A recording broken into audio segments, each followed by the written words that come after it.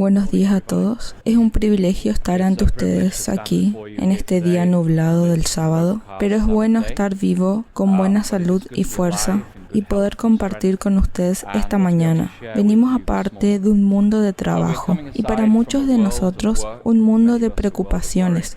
Y mientras venimos a adorar al Señor en el sábado, estamos pidiendo entrar en un mundo de maravillas para venir a la presencia de Jesús, nuestro Señor y Salvador, y recibir la seguridad una vez más de que Él viene otra vez. Me gustaría darles un saludo de parte de mi esposa, mis 2 hijos, y en este momento están en Berrien Springs. Creo que prediqué aquí una vez, hace unos 5 años o hace unos 6 años. Pero es un privilegio estar ante ustedes aquí hoy. El tema de hoy se titula El COVID-19 y la persecución de los últimos tiempos, que es un tema que creo que es oportuno y que hemos atravesado sobre esta crisis del COVID. Nos está obligando a plantear algunas preguntas muy duras, algunas preguntas existenciales. No solo cómo va la economía, sino quién soy, de dónde vengo y a dónde voy, y sé a dónde voy. Así que vamos a discutir hoy qué es lo que el COVID-19 nos está hablando de la persecución final de la que leemos en Apocalipsis 13, del pueblo de Dios. Los invito a inclinar la cabeza conmigo y comenzaremos con una palabra de oración. Querido Padre Celestial, mientras nos reunimos aquí hoy, Señor, vivimos en un mundo donde la verdad ya no está en la plaza pública, donde ya no sabemos qué creer, y tan lejos que escucharíamos tu voz hablar a nuestros corazones hoy. Padre, aún las voces de este mundo que se queden fuera de los muros de este santuario, y oro para que tu Espíritu hable a través de mí y de cada uno de nosotros hoy. Te agradezco por escuchar esta oración en el nombre de Jesús. Amén. Así que vamos a ver hoy lo que la persecución del COVID está revelando sobre la persecución del tiempo final del pueblo de Dios. Trabajando con misiones fronterizas adventistas, entramos en contacto con personas que están siendo perseguidas por su fe. La persecución es la norma en el mundo, no es la excepción.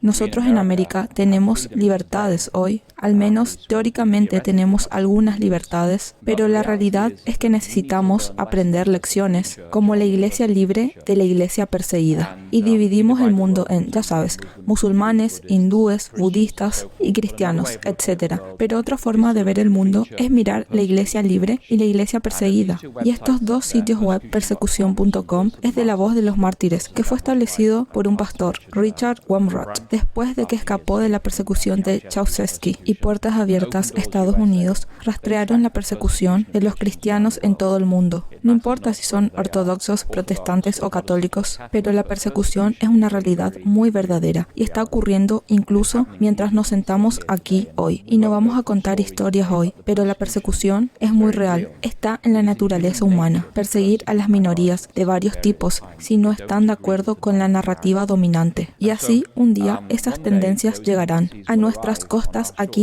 en los Estados Unidos. Establezcamos aquí un contexto histórico que muestre que el Imperio Ruso pasó del oeste de Moscú hasta las costas de Japón, casi liderado por los zares. En los últimos 20 años del Imperio Ruso, bajo los zares, Rusia estaba en un estado de cambio filosófico. Rusia estaba dividida por varios grupos ideológicos. Estaban los agrarios, los aristócratas, estaban los trabajadores, los bolcheviks, los mencheviks, la nobleza, estaban aquellos que querían impulsar la modernidad en Rusia y estaban aquellos que se aferraron a las viejas costumbres. Después de 20 años de cambios filosóficos, y se puede leer sobre esto y ver los escritos de Dostoyevsky, se puede vislumbrar este caos filosófico. Dentro de la nación surgió un régimen fuerte conocido como la Unión Soviética, y con esto vino la persecución de los cristianos y millones de personas murieron a lo largo de la historia de la Unión Soviética. La imposición del marxismo costó más de 100 millones de vidas en el siglo XX. Vemos que la misma tendencia ocurrió dentro de Alemania en la década de 1920. Alemania se tambaleaba por el impacto efecto del Tratado de Versalles, que fue una humillación nacional a los ojos de muchos que estaban sufriendo por el colapso de la moneda, hubo un desempleo muy alto y en las calles de Alemania hubo batallas entre los cuerpos francos, Freikorps, los soldados que regresan del frente occidental, entre los comunistas y los socialistas. Estaban librando batallas en las calles. Alemania se desmoronó durante los últimos años de la República de Weimar y fue reemplazado de ese caos y surgió un hombre fuerte, que por supuesto fue Adolf Hitler en 1933. Las sociedades que atraviesan el caos tienden a inclinarse a un fuerte liderazgo autoritario. Vemos que lo mismo puede ocurrir en América. Ahora América, la tierra de la libertad y el hogar de los valientes, una nación que muchos aman, pero Estados Unidos ahora está experimentando un estado de cambio filosófico e ideológico. ¿Estarías de acuerdo conmigo? Lo vemos en nuestras calles. Vemos en las calles batallas entre personas de extrema derecha y extrema izquierda. Vemos en los Estados Unidos que la economía se está dividiendo en líneas políticas. Usted tiene un boicot o un boicot. Si su empresa o su iglesia o su negocio, o si usted personalmente toma una posición sobre cualquier tema, la gente le comprará o no hará negocios con ustedes. Estamos viendo que las decisiones ideológicas están afectando el impacto de los consumidores en nuestra nación. Estamos viendo hoy en Estados Unidos que tenemos grupos de intereses especiales. Los jueces activistas despertaron a las corporaciones y facciones mediáticas, todas en varios caminos de guerra. Y estamos viendo el rechazo de nuestra herencia judeo-cristiana. Estamos viendo la coerción tomando lugar económicamente. Estamos viendo purgas de empleo. Hemos cancelado la cultura para aquellos que no están de acuerdo con cualquier narrativa dominante que esté allá afuera. Estamos viendo la intimidación física y la violencia callejera. Se vuelven cada vez más comunes. Esto es impensable, tal vez hace 5 años. Pero esto está sucediendo frente a nuestros ojos. Y la pandemia del COVID-19 nos ha revelado que las herramientas están listas para la persecución del fin de los tiempos del pueblo de Dios. Y también hemos visto con el COVID-19, y esto es una llamada de atención para nosotros como adventistas, es que normalmente hemos pensado que las leyes dominicales y la opresión del pueblo de Dios se llevará a cabo a uno de los 3 mecanismos, ya sea un acto de Congreso, una decisión de la Corte Suprema o una orden ejecutiva de la Presidencia. Y lo que hemos visto en Estados Unidos en los últimos 5 meses es que la herramienta de la persecución pueden llevarse a cabo sin una ley del Congreso, sin una orden ejecutiva y sin un fallo de la Corte Suprema, para que los mecanismos tradicionales que pensamos que tomarían lugar antes que comience la persecución del pueblo de Dios, vemos que en realidad no es necesario que sucedan, pero la sociedad puede cerrarse. Así que cuando miramos a Estados Unidos hoy y miramos hacia atrás, en nuestros últimos 5 años,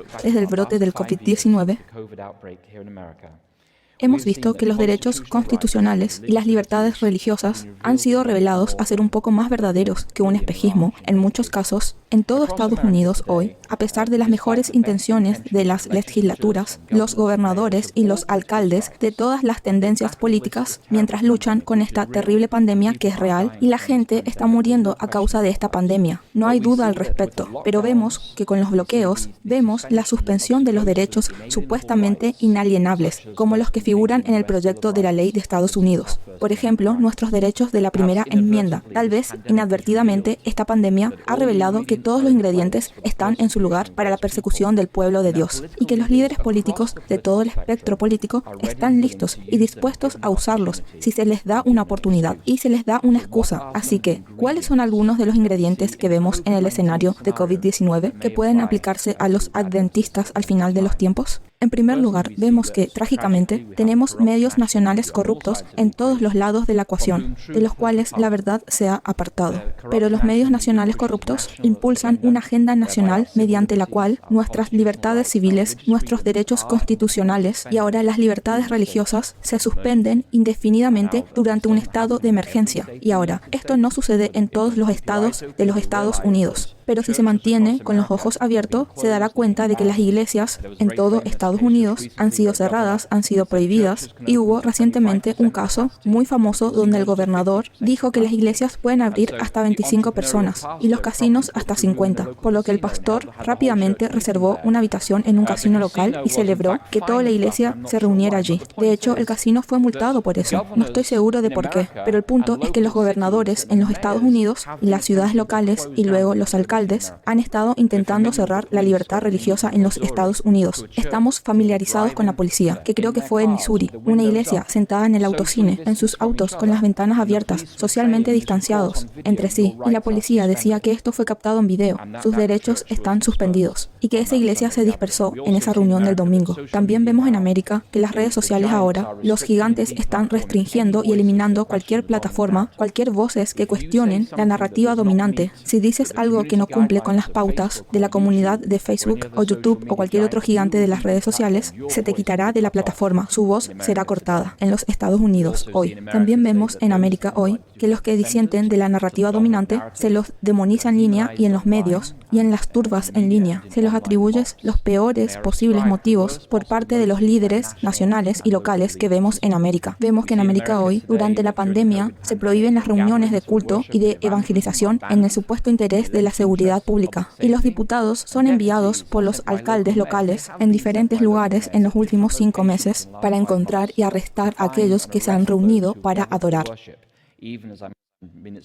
También vemos que en algunos estados de América se han establecido líneas directas en las que se anima a los americanos a denunciar a sus vecinos por no cumplir con la normativa dominante. Esto es impensable, incluso hace 5 meses. Mi esposa fue criada en la Unión Soviética. Si sabes algo de la Unión Soviética, sabes que durante la época de Joseph Stalin podías escribir una carta anónima de denuncia a la KGB sobre X individuo. No había juicio y te golpeaban en la puerta a medianoche y esa persona era sacada y condenada como enemiga del pueblo y enviada a la Siberia más profunda. Y debido al sistema legal en la Unión Soviética, después de que terminaron tus 10 años, no podías volver con tu familia. Tuviste que quedarte en una colonia penal, fuera de los muros de esa prisión. Y en América hemos visto que se han establecido líneas directas donde puedes delatar a tus vecinos si no cumplen con la narrativa dominante. Esto es impensable en los Estados Unidos. También hemos visto las llamadas aplicaciones de seguimiento y localización, pero tenemos estas aplicaciones de seguimiento y localización que ahora se han descargado. Y si usas una Mac, un iPhone o un Android en las últimas actualizaciones, ellos tienen un software habilitador para rastrear aplicaciones. Si no tienes la aplicación en tu teléfono, pero el software habilitador ya está en su lugar. Y en Gran Bretaña, el gobierno está implementando rastrear aplicaciones. Si fuiste diagnosticado con COVID, pueden mirar a tu teléfono y ver quién está en contacto cercano con usted. Las aplicaciones de seguimiento y rastreo le dan al gobierno una intrusión sin precedente en su privacidad. También vemos que las herramientas inteligentes como Siri y Alexa, Amazon Echo Dot, se utilizan en millones de hogares en todo Estados Unidos y son muy convenientes, pero tienen la capacidad de grabar cada palabra que dices. Y si te preguntas si te están escuchando cuando crees que soy un loco paranoico, no soy un paranoico, pero sé esto. Si hablo con mi esposa unas 2 o 3 veces mañana por la mañana sobre que deberíamos conseguir un nuevo procesador de alimentos, dentro de unas 24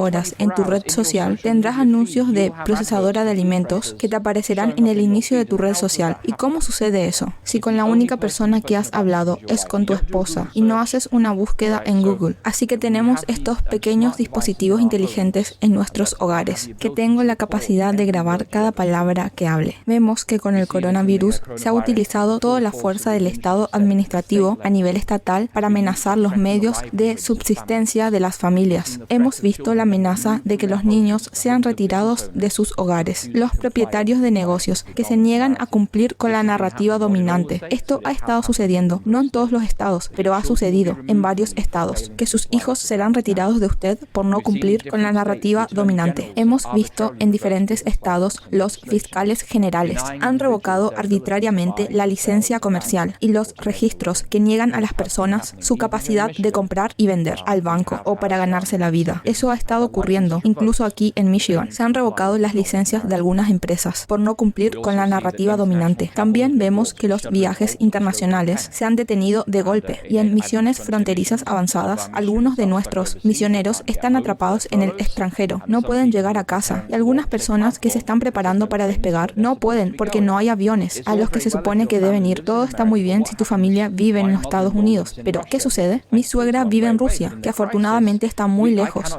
pero en la crisis no puedo verla y ella no puede verme, o tal vez es un lado positivo, se podría decir, pero mis padres viven en Inglaterra y si mis padres tienen 70 años, mi padre estaba enfermo, fue al hospital, si moría no puedo volver para un funeral.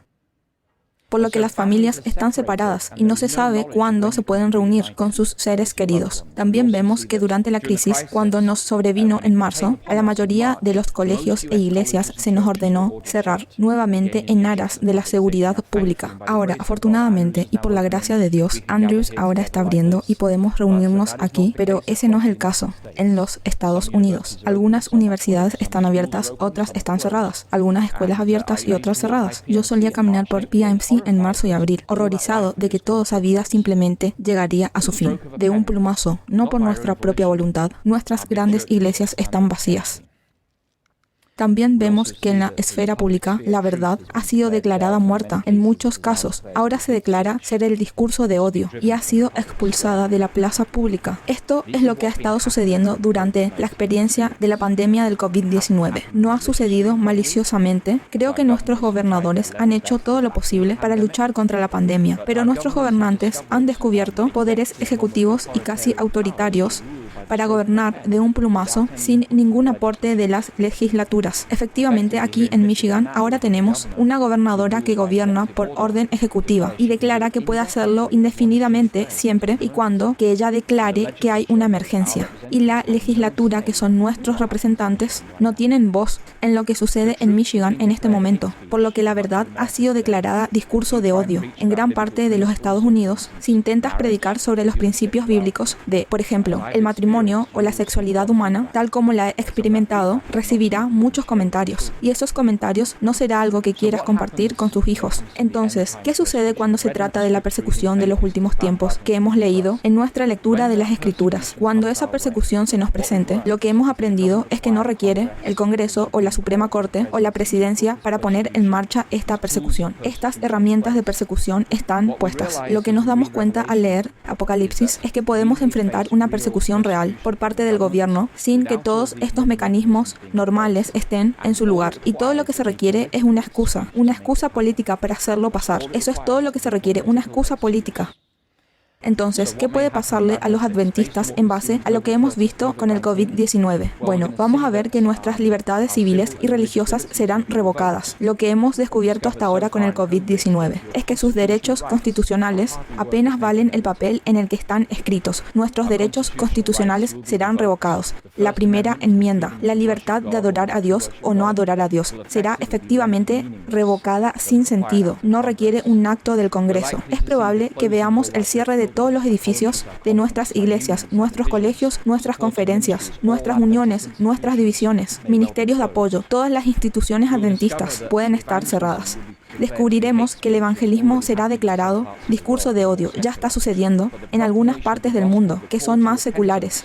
Pero la proclamación del Evangelio, el llamado al arrepentimiento, es un repudio a la doctrina de espacios seguros en el campus de nuestra universidad. La doctrina de los espacios seguros en los campus universitarios significa que no se puede permitir que nada cuestione o cause alguna incomodidad en su experiencia de vida personal, por lo que creamos espacios seguros en nuestros campus universitarios. Y el llamado al arrepentimiento ya no es bienvenido en muchos campus universitarios, porque eso es una negación de su espacio seguro. Y por lo tanto, el evangelismo y la predicación del evangelio eterno eventualmente serán declarados discursos de odio, porque el llamado al arrepentimiento implica que su experiencia subjetiva vivida no es válida. Esa es la implicación de que seremos difamados en las redes sociales y cancelados de la cultura pública. Esto aún no ha sucedido en los Estados Unidos, pero veo que algunos miembros están en esta congregación. Aquí sé que algunos de ustedes vienen de la antigua Europa del Este y saben cómo es que los cristianos y los adventistas fueron perseguidos, fueron encerrados. Cerraron las iglesias y tarde o temprano nos llegará y seremos eliminados de las redes sociales y nuestra voz se nos quitará. Nuestra capacidad de comprar y vender en el banco y viajar será suspendida para siempre hasta que Jesús regrese. Lo hemos visto suceder en este momento con el COVID y un día esas herramientas pueden volverse contra el pueblo de Dios y descubriremos que tu cuenta bancaria, tu tarjeta de crédito no tendrá valor en la crisis final. No significará absolutamente nada. Podemos encontrarnos con que nuestras cuentas de inversión, de ahorro, serán congeladas para no volverse a usar nunca más. Seremos incapaces de pagar nuestras hipotecas o nuestros alquileres, por lo tanto seremos forzados a abandonar nuestros hogares. Ahora, las posesiones desaparecerán poco a poco. El mundo se llevará las cosas que muchos de nosotros apreciamos mucho. Ten muy en cuenta que seremos demonizados en todo el espectro político y en todos los medios de comunicación, como Jesús dijo, y seréis odiados de todos por causa de mi nombre. Marcos 13 y el versículo 13. También vemos que anticipa, y esto no es una profecía, pero se basa en lo que vemos ahora mismo. Si estás en las calles y no cumples con la narrativa dominante, lo que sucedió recientemente en Portland, te pueden disparar en las calles. Todas las turbas te atacarán. Esta no es una declaración política, es una declaración de hecho. Y los burócratas estatales, ebrios de los poderes de las directivas de emergencia, pueden hacer todo tipo de resoluciones en tu contra y no tienes forma de apelar a esas aplicaciones de seguimiento y localización en nuestros teléfonos que rastrearán todos nuestros movimientos y nuestros dispositivos inteligentes grabarán cada palabra que pronunciemos. Nuestros hijos pueden ser obligados a ser retirados por los servicios de protección de la infancia para ser colocados dentro de la custodia de protección dentro del sistema de acogida. Usted dice, bueno, eso nunca podría suceder. Yo serví durante 12 años en la antigua Unión Soviética. Conocí a muchos devotos adventistas. Para ese entonces eran babushkas, eran abuelas, cuyos hijos les fueron arrebatados. Fueron forzadas a divorciarse por la KGB, precisamente porque eran adventistas. Conocí a una señora que no había visto a sus hijos durante 45 años. Cuando la Unión Soviética colapsó, ella los rastreó hasta la ciudad de Rostov-on-Don. Y fue una reunión gloriosa ver a sus hijos nuevamente. No crean que los gobiernos no se llevarán a los hijos de aquellos que no estén de acuerdo con el gobierno por motivos religiosos. Ya ha ocurrido en toda la época de la Unión Soviética y un día puede ocurrir en nuestras costas. Lo único que queda es una excusa política para que los políticos vuelvan todas estas herramientas de opresión sobre el remanente fiel de Dios. Y si estás un poco deprimido por esto, pues sí, estoy un poco deprimido. Pero la buena noticia es que Jesús viene de nuevo. Y si miras la estatua de Daniel 2, cuando Daniel habla sobre el sueño, nos enfocamos en la interpretación de la cabeza de oro y el pecho de plata. Pero lo primero que dice Daniel sobre el texto, dice, vi este sueño y esta imagen, y la imagen era aterradora. Nos asustamos un poco por esa pequeña frase. Daniel dice que la imagen es aterradora, lo que significa que todos los poderes terrenales, de Daniel hasta la venida de Jesús, tienen un elemento aterrador. No importa lo que podamos decir sobre nuestras naciones, de donde venimos, las naciones terrestres a la hora de la verdad tienen un elemento aterrador. ¿Cómo nos preparamos para esa persecución? Nuestra lectura bíblica habla de la persecución final del pueblo de Dios, los que no reciban la marca de la bestia en su cabeza o en sus manos. ¿Cómo nos preparamos? Y el desafío que tenemos como adventistas es que cuando hablamos de la persecución final, tendemos a hablar de líneas de tiempo. Nos gusta hablar como lo puse en la pantalla allí. Tendemos a centrarnos en la secuencia y la hoja de ruta. ¿Cuándo sucederá la gran tribulación? ¿Cuándo ocurrirá el cierre del tiempo de probación? ¿Cuándo será el sello de los santos? ¿Cuándo será el fin de los tiempos? Incluso tenemos acrónimos para estas cosas en los libros teológicos. Hablamos del tiempo del fin y hablamos del fin del tiempo. Y los diferenciamos, basándonos en ciertos aspectos de la revelación de Daniel. Y nos encanta secuenciar lo que será el final, la persecución final. Y ¿sabes qué? Me gustaría hablar sobre el libro de Elena de White, Eventos de los Últimos Días. Es un librito muy poderoso y hay una hermosa guía de estudio allí. Y nos encanta analizar cuándo es el tiempo de angustia de Jacob. ¿Cómo sabemos qué es? Y así sucesivamente. Pero estas son las preguntas equivocadas, porque vendrá de todos modos. Lo más importante es si estamos preparados para eso. Hay dos afirmaciones que se escuchan muy comúnmente cuando se trata de persecución. La primera es, la persecución nunca sucederá aquí. Y la segunda es, pero nunca pensamos que la persecución vendría. En muchas partes del mundo, no seas un detractor, la persecución nunca llegará a Berrien Springs. Un día vamos a decir que nunca pensamos que la persecución ocurriría. ¿Cómo nos preparamos bien para la persecución? El apóstol Pablo dice esto en 2 de Corintios, capítulo 1, versículo del 3 al 4. Dice: Bendito sea el Dios y el Padre de nuestro Señor Jesucristo, el Padre de las misericordias y el Dios de toda consolación, que nos consuela en nuestra aflicción. Pablo está hablando desde la perspectiva de la iglesia perseguida, y le está hablando a una iglesia que aún no ha experimentado persecución. Ese es el contexto aquí. Entonces dice, para que nosotros, que somos la iglesia perseguida, podamos consolar a los que están en aflicción, con el consuelo con el que nosotros mismos somos consolados por Dios. Pablo está diciendo esto, que la iglesia libre necesita aprender lecciones de la iglesia perseguida. No solo oramos por los que están pasando por persecución, es nuestra responsabilidad espiritual aprender lecciones acerca de cómo pasar por la persecución. ¿Cómo respondemos como individuos y como familia de la iglesia? Como adventistas sabemos intelectualmente que vamos a experimentar la persecución. Pero espiritualmente, ¿estamos preparados para ella? Y desde una perspectiva parcial, como pastor, que desea saber que has preparado a tu congregación y a tu familia para cuando te vayas. Tenemos una misión fronteriza, adventista, que trabaja en un país del sudeste asiático. No voy a decir qué país es en este momento, pero tenemos un líder local que trabaja para nosotros, y es una dama muy dotada. Y esa iglesia ha tenido importancia y ha sufrido persecución contra los cristianos en general y los adventistas. Y allá por los años 70, su padre desapareció. Él era un pastor local y desapareció. Nadie sabía dónde estaba. 8 años después reapareció. ¿Dónde estabas? Me retuvieron en una celda de la prisión, sin cargos. Ninguna comunicación con la familia. Esto pasa. Si pasas tiempo en China, se darán cuenta de que cientos de miles de cristianos, mientras estamos sentados aquí, están en campos de trabajo forzado por su fe. Esto es muy real, hermanos. Y mientras hablamos de la persecución, debemos pensar no solo en lo que me va a pasar a mí, sino si voy a la cárcel o me llevan, ¿qué le sucederá a mi familia? ¿Están preparados? ¿Pueden sobrevivir sin mí? ¿Tienen las raíces espirituales que son lo suficientemente profundas para resistir a las tormentas de la vida?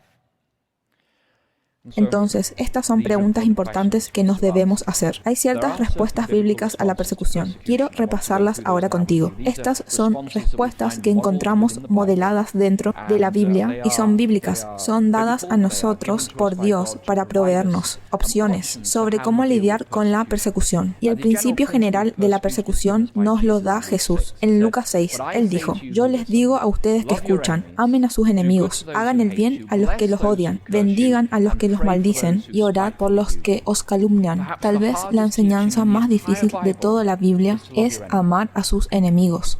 Pueden argumentar que tal vez sea la enseñanza más difícil de la Biblia, amar a sus enemigos. Puedes amar a tu familia, puedes perdonar a tu familia todas las veces que quieras, pero a tus enemigos, a los que quieren destruirte, a los que quieren destrozar tu vida, esta es quizás la enseñanza más dura de Jesús. Pero si vamos a ser sus discípulos hoy, no podemos vivir nuestras vidas llenas de ira y rabia. Tal vez las dos emociones dominantes en Estados Unidos dicen que son el miedo y la ira, y ninguna de ellas debería caracterizar al pueblo de Dios. Cuando vemos que suceden estas cosas, levantemos la cabeza, porque sabemos que nuestra redención está cerca. Y no deberíamos tener ira contra nadie, ni ningún partido político, ni nadie en las calles. Debemos tener amor por ellos, porque lo que vemos en la ira en las calles son almas que no tienen esperanza y están buscando significado, y entonces vierten sus vidas en este ismo o esa ideología. Y por lo tanto, el principio general de responder a la persecución es amar a aquellos que te lastiman. Tal vez la mayoría de ejemplos se encuentran en la Biblia, pero piensa por un momento en el caso de Nabucodonosor.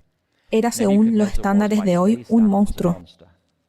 En la antigüedad, cuando conquistaron las naciones, no era un espectáculo agradable. Si alguna vez quieres leer cómo eran las conquistas antiguas, Alonzo Jones escribió una historia en 3 partes. La conferencia general como que lo envió al exilio hace muchos años e hizo una gira mundial, y no pueden intentar quitárselo de encima por un tiempo. Y mientras estaba en esa gira mundial, escribió 3 libros llamados Imperios de la Biblia. Y el primer libro fue sobre el imperio sirio anterior, que duró más de 1000 años. Luego habló sobre la estatua de Daniel. Y luego habló sobre el imperio eclesiástico. Fue su tercer libro. Son libros brillantes que te animo a leer. Creo que están publicados por los servicios de enseñanza, pero en el primero describe que los escritos de estos reyes sirios, cuando conquistaron una ciudad, hablaron sobre holocaustos. Quemarían a todas las personas y las harían correr alrededor del agujero. Llenaban los agujeros con aceites y los hacía correr alrededor hasta que se agoten y empujarlos dentro, y serían quemados vivos. Esto es lo que sucedió en Auschwitz. No era nada nuevo. Sucedió por los antiguos asirios, que se leen los escritos de Asurbanipal y Esarhaddon III. Y así sucesivamente, estos nuevos reyes asirios que vivieron en el tiempo de los reyes de Judá eran monstruos absolutos. Y el mismo Nabucodonosor, de muchas maneras, siguió su tradición. Cuando conquistó Nínive, cuando conquistó el encarcelamiento, el norte de Siria, cuando conquistó todo el camino hasta Egipto. Esas conquistas no fueron bonitas. Y sin embargo, ¿cómo fue llevado Nabucodonosor a la conversión? En Daniel capítulo 1, Nabucodonosor es politeísta. Eso significa que cree en muchos dioses y se encuentra con muchachos hebreos que sufren. Daniel, Ananías, Misael y Azarías. No lo maldicen, no lo odian, no rezan para que Dios le traiga la lepra a este hombre, no rezan para que el escorbuto caiga sobre él, no. Les sirven en su corte. En el capítulo 1, Nabucodonosor es un politeísta. En el capítulo 2, Daniel responde a la pregunta del rey sobre cuál era su sueño. Y al final del capítulo 2 de Daniel, Nabucodonosor se ha movido, como ven en su oración, de ser un politeísta a enoteísta, lo que significa que cree que hay muchos dioses, pero reconoce al Dios de Israel como supremo, por encima de todos los demás dioses. En el capítulo 3 de Daniel, ve a los 3 hombres hebreos finalmente en el horno de fuego. Una vez más ha confirmado que el Dios de Israel es el supremo, sobre todos los demás dioses. Y finalmente Daniel 4 golpea el sueño sobre el árbol y Daniel le habla. Y él no le dice, oh rey, dijo, este sueño es que Dios te va a cortar y adiós, te lo mereces, porque he pasado mi vida como un esclavo en tu corte. Él no dice eso. Él apela al rey para mostrar misericordia a los oprimidos.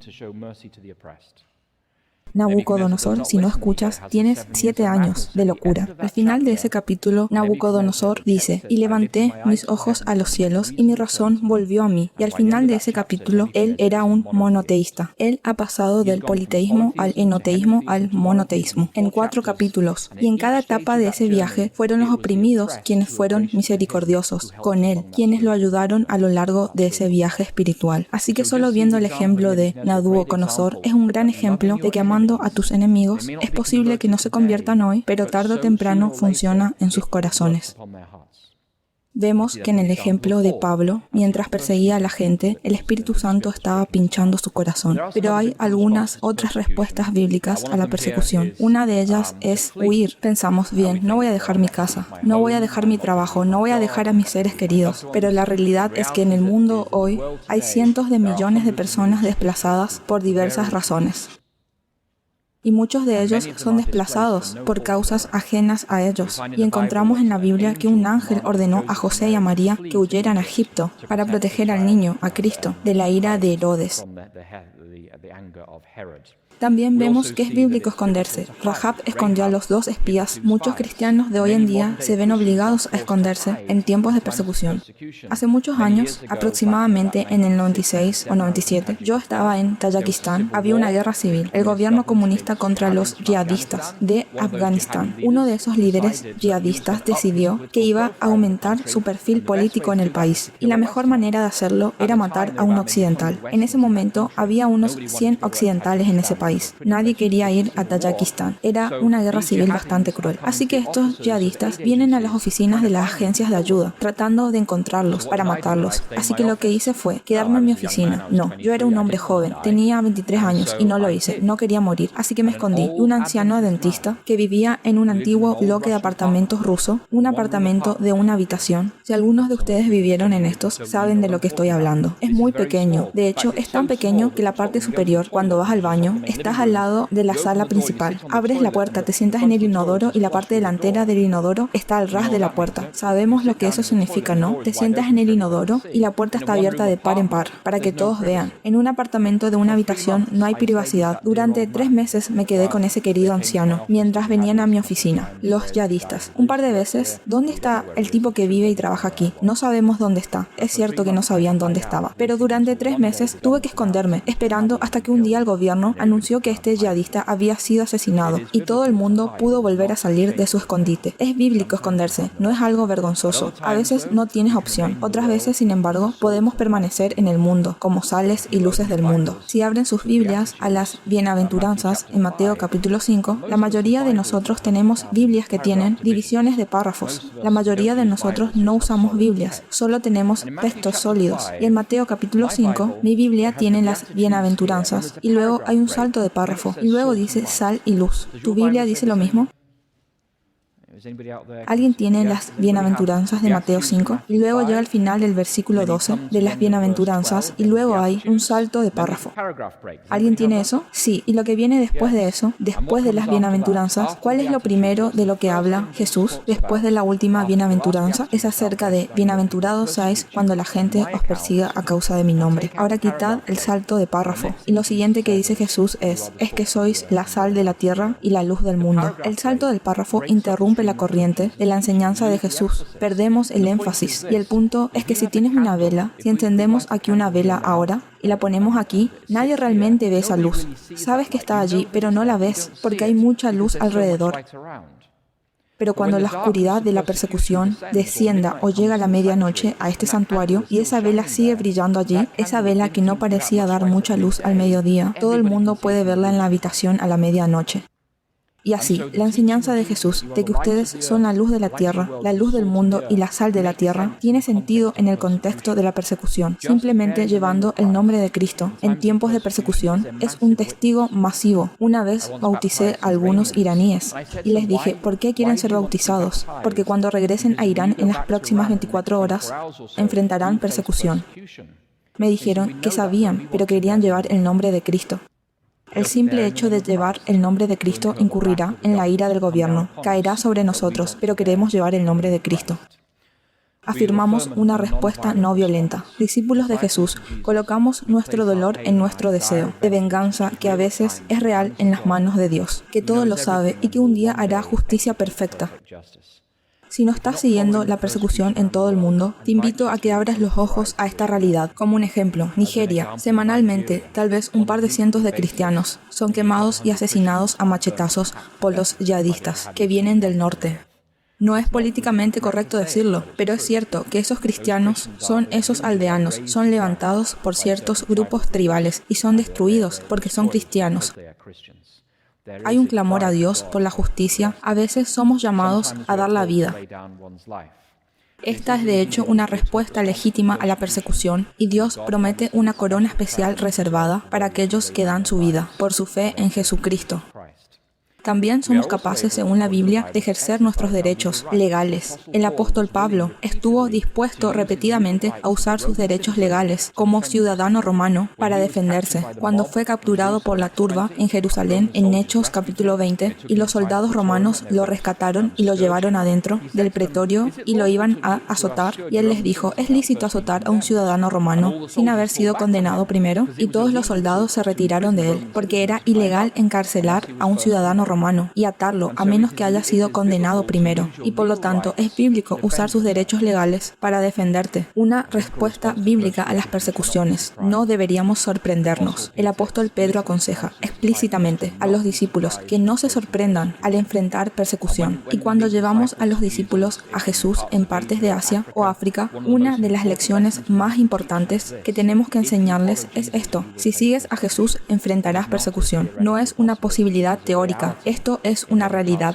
en muchas partes del mundo hoy en día, por lo que no deberíamos sorprendernos como adventistas estadounidenses cuando la persecución se nos presente. Más bien, las Escrituras nos ordenan que nos regocijemos, manda a regocijarse, en los buenos tiempos y en las malas. Esta no es una clase de felicidad, es la profunda seguridad de que en medio de tu dolor, Jesús está contigo. Caminó con los hebreos a través del horno de fuego, antes de que fueran librados del horno de fuego. Debemos orar con agradecimiento, como nos manda el apóstol Pablo en el sermón de Filipenses escrito desde la prisión en Roma. Debemos orar en todas las situaciones, y esto incluye orar por nuestros compañeros de sufrimiento y también por nuestros perseguidores. En Eclesiastes capítulo 4, Salomón dice que vio que había mucho sufrimiento en el mundo. Dice en los primeros versículos que aquellos que enfrentan la opresión no tienen a nadie que los consuele. Y decimos amén, cierto. Y luego Salomón dice, los que están oprimiendo a otros no tienen a nadie que los consuele también.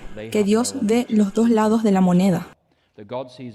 Y a menudo los que oprimen son impulsados por el miedo de lo que los oprimidos les harían si las circunstancias se revirtieran. Solo miren el conflicto árabe-israelí. Los israelíes son duros con los palestinos en la orilla oeste, pero saben que si los palestinos tuvieran la ventaja, y hay una sed de degollar a todos los judíos en Israel hoy en día. Así que mucho de esto se debe al miedo. La gente tiene miedo. Debemos negarnos a sentir vergüenza. Es un privilegio llevar el nombre de Cristo. Y cuando llevas el nombre de Cristo, tu testimonio recorre un largo camino. Y en un país hace muchos años, el país de Azerbaiyán, solía visitar al primer ministro todos los meses. Orábamos juntos. Él era un comunista. Y tuve acceso a él porque yo era uno de los 3 cristianos en esa república, en ese momento. Y él quería saber qué era un cristiano, porque he pasado mi vida encarcelándolos. Y ahora tengo la oportunidad de conocer a uno cara a cara.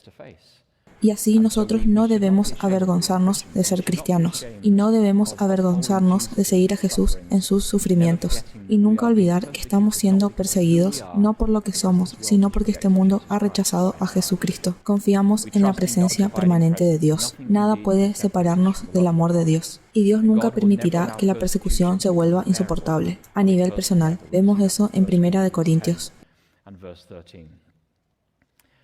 Entonces, ¿qué hacemos? Estas son respuestas bíblicas a la persecución. Todas estas se encuentran en las Escrituras. ¿Cómo respondemos como adventistas? ¿Cómo hemos respondido históricamente? Bien, en el encierro del COVID-19, todos hemos respondido de diferentes maneras. Algunas personas usan máscaras para ir a la iglesia, algunas personas no lo hacen. Algunas personas no han salido de sus hogares desde marzo. Se les entrega la comida, todo lo que compran. Les aterroriza salir de sus hogares. Y algunos de ellos, temas inmunológicos, están muy comprometidos. Tienen muy buenas razones para temer. Otras personas dicen, todo es falso, es una conspiración política. Tienes todo el espectro de puntos de vista en la iglesia adventista. Es una realidad que no hemos respondido a esta persecución con ningún sentido de unidad. Históricamente, los adventistas nunca han respondido a la persecución con unidad. En la Primera Guerra Mundial, el Kaiser quería reclutar a los jóvenes de Alemania y la iglesia adventista se dividió por la mitad por la cuestión de si nuestros jóvenes debían servir en los ejércitos. Y de esa división tenemos la iglesia adventista reformada, y esa división todavía está presente. Tienen su propia conferencia general, tienen sus propias lecciones de escuela sabática, y lo lees y piensas, oh, este es el trimestre de la escuela sabática. Y entonces miras quién lo está publicando, y dices, oh no, esta es la iglesia adventista reformada. ¿De dónde vinieron? Nos separamos en Alemania en 1916 y 17, y esa iglesia nunca se recuperó por completo. A través del comunismo, los adventistas se dividieron. La pregunta era si envías a sus hijos a la escuela en sábado. Los adventistas oficiales enviaron a sus hijos a la escuela en sábado. Sus hijos completaron su educación. Los adventistas que no enviaron a sus hijos en sábado se convirtieron en los adventistas clandestinos en todas partes de la Unión Soviética, y sus hijos no pudieron completar su educación. Cuando el comunismo colapsó, ¿qué lado de la iglesia proporcionó líderes para la iglesia adventista? La iglesia oficial, porque sus hijos terminaron su educación, y esa amargura todavía está presente en algunas partes de la antigua Unión Soviética. Los adventistas no responden con unidad a la persecución, y quiero sugerirles hoy que en la persecución de los últimos tiempos probablemente nos fracturaremos en múltiples líneas, así como todos hemos respondido de manera diferente a la pandemia del COVID-19, que todavía estamos soportando hoy. Algunos van a excusar e incluso justificar la persecución de los problemas de Israel, otros van a adaptarse a la persecución, otros adventistas la rechazarán y se atrincherarán y simplemente esperarán para la segunda venida. Nada en nuestra historia indica que tendremos una respuesta unificada a la persecución. Si no me crees, no conoces tu historia adventista. El COVID-19, mis hermanos y hermanas, es una llamada de atención. Hay mucho para pensar en este día de sábado. ¿Estamos uniéndonos en oración? ¿Estamos echando raíces en la palabra de Dios? ¿Conocemos nuestras escrituras? ¿Estamos atesorando las escrituras en nuestros corazones? Porque un día ya no tendremos una copia física de la Biblia frente a nosotros. ¿Estamos sembrando la semilla de la palabra de Dios mientras tenemos la libertad de hacerlo y mientras duren nuestras libertades? ¿Estamos construyendo reinos e imperios en la tierra o estamos sirviendo al reino de Dios? ¿Estamos sembrando tesoros en la tierra o estamos acumulando tesoros en el cielo? ¿Hay algo en esta tierra que anula nuestra fidelidad a nuestro Padre Celestial? Y quizás lo más importante, ¿es nuestro mensaje claro para un mundo moribundo? Si vivimos en un mundo que rechaza cada vez más los fundamentos morales de las Escrituras, como adventistas tradicionalmente defendemos la separación de la Iglesia y los estados. Pero lo que está sucediendo en América es mucho más fundamental. Estamos viendo la separación de Jesucristo de los Estados Unidos. Es un desafío mucho más fundamental al que nos enfrentamos ahora en América. No estamos hablando de una cuestión de separación de la Iglesia y el Estado. Es Dios de América, ya que cada vez más nuestras élites seculares están imponiendo una utopía secular sobre nosotros. Y es nuestro mensaje claro, en una nación que rechaza cada vez más los fundamentos morales de las Escrituras. Quiero desafiarnos hoy a volver a comprometernos a proclamar cierto mensaje con una voz fuerte y clara. No hay otro fundamento. No hay otro fundamento para el cuerpo de Cristo que solo Cristo. No hay otro evangelio ni el evangelio de Jesucristo. No hay otro camino a Dios que a través de Jesucristo. No hay otro mediador entre Dios y la humanidad que Jesucristo. No hay otro ser digno de nuestra adoración que nuestro Dios Creador y nuestro Padre Celestial. No hay otro día que vaya a reemplazar al sábado como día de adoración. No hay otra esperanza que la bendita esperanza. No hay otro nombre por el cual la humanidad pueda ser salvada. Es esto lo que la gente sabe acerca de nosotros. Si la gente mirara nuestro inicio de Facebook, escucharían un mensaje de esperanza o escucharían muchas de las tonterías que suceden en Facebook en estos días.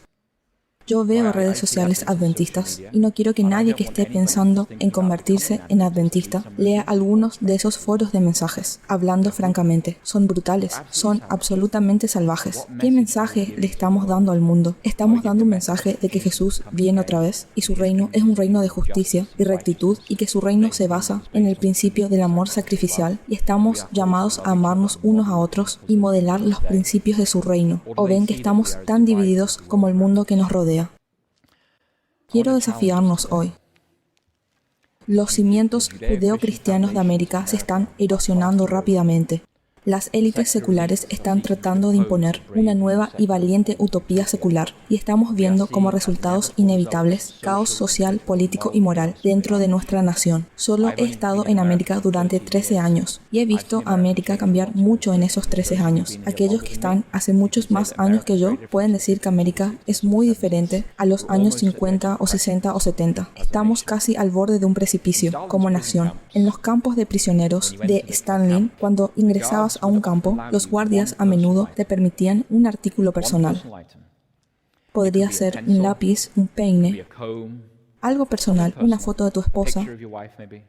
¿Por qué hicieron eso?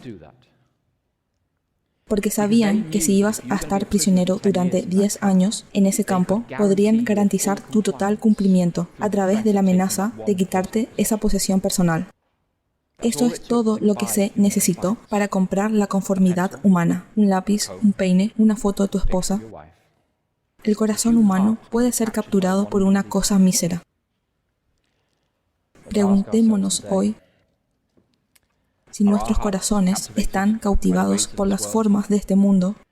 ¿Hay algo en nuestros corazones hoy que nos mantiene alejados del reino de Dios? ¿Hay algo en mi vida hoy que en realidad se interpone entre Jesús y yo? Y renunciaré a cualquier cosa excepto a esa única cosa. Hay una oración que quiero poner en el tablero aquí en mi PowerPoint. Querido Padre, hoy confieso que los falsos dioses se han infiltrado en mi corazón. Mi corazón, como la esposa de Lot, está cautiva a este mundo. Por favor, Padre Celestial, hoy durante estas horas de sábado, quita esos falsos dioses de mí hoy. Quítame su control de mi corazón. Y que todo mi ser sea cautivo de ti, solo en tu palabra. Amén. Que esa sea nuestra experiencia hoy. Jesús viene de nuevo. Tendrá un pueblo listo y esperándolo. Y cuando Él venga, hay una promesa de vida eterna. No vale un peine, una imagen o un lápiz. Entreguemos nuestra vida entera a Jesucristo hoy. Amén.